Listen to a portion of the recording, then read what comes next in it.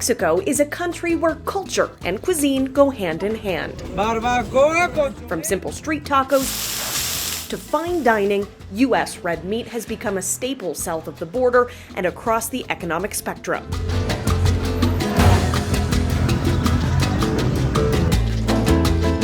This morning we have a visit to one of the biggest markets in the city. They sell between 40 and 65 metric tons every day.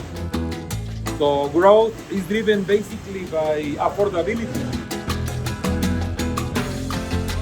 Wow. It is not what I had envisioned in my head at all. Jess Stevens is with the National Pork Board.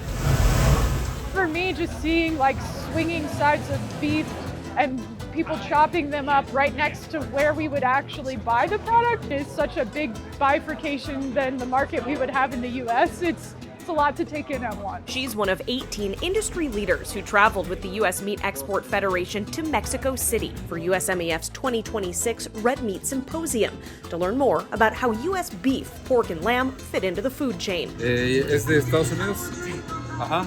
Yes, Estados Unidos. We talk about the export market, but this is really making it like alive and real for me, seeing Seaboard, Hatfield, Indian Pack, you name it, sitting on the streets supporting these markets. As you can see, heads, stomach, brains, uteri. Not surprising, just different. You know, this is how they do it here. But this stop Who needs a bandsaw? is only half the story. Now we're in City Market, the highest end retail chain in the country. Here you see a lot of high quality products. They know about the quality, they appreciate it. They are able to pay for a premium. Beautiful.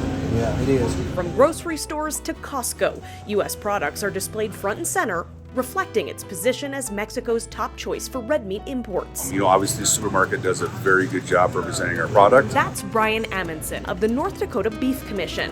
While Mexico is an established market, he says it's eye-opening to see the diversity of demand. A lot of times I think we get kind of stuck on our ranchers and our operations, and we think we know what's right for the customer without listening to the customer and allowing them to share what they want from us on things that we think have very little value, whether it be pork uterus, pork brain, where they can't get enough of that product. So obviously their consumers are wanting more of that product, where we wouldn't even think of that upon us.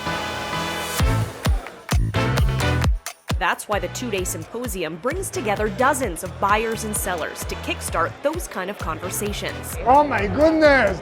People is so excited. We've been looking forward to coming to this event since the last one 2 years ago.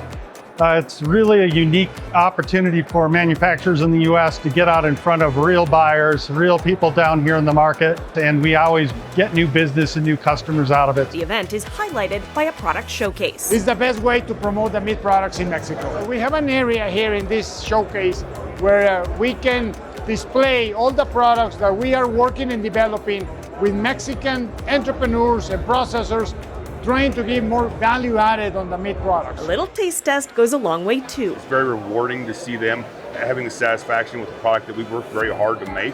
And then they also do an exceptional job of adding value to that product, which is bringing value back to my peers and the cow-calf producers in North Dakota. With support from the USDA, National Pork Board, the Beef Checkoff Program, and the Nebraska Beef Council, this year's symposium is building bridges for success. How much potential we have from Mexico? My goodness, we're not even starting. We're just warming up here. For the U.S. Meat Export Federation, I'm Ashley Michaels.